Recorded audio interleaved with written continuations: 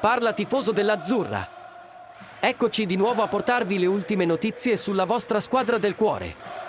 Oggi il Napoli affronta in casa il Milan per la 28ª giornata del campionato di Serie A e, come sempre, siamo qui per darvi tutte le ultime sulla probabile formazione e sui cambiamenti che il tecnico Luciano Spalletti sta valutando.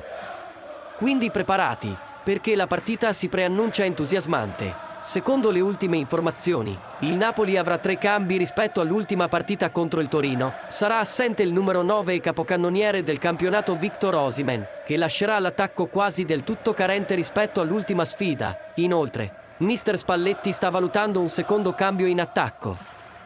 E al posto di Osimhen ci sarà Giovanni Simeone, che già nella partita precedente ha mostrato la sua abilità decisiva. Sulla fascia destra, Lozano non dovrebbe giocare e sarà sostituito da Matteo Politano, capocannoniere nella partita contro il Milan. E, infine, un altro cambio sarà sulla fascia sinistra, dove dovrebbe tornare in campo Mario Rui al posto di Mattias Olivera.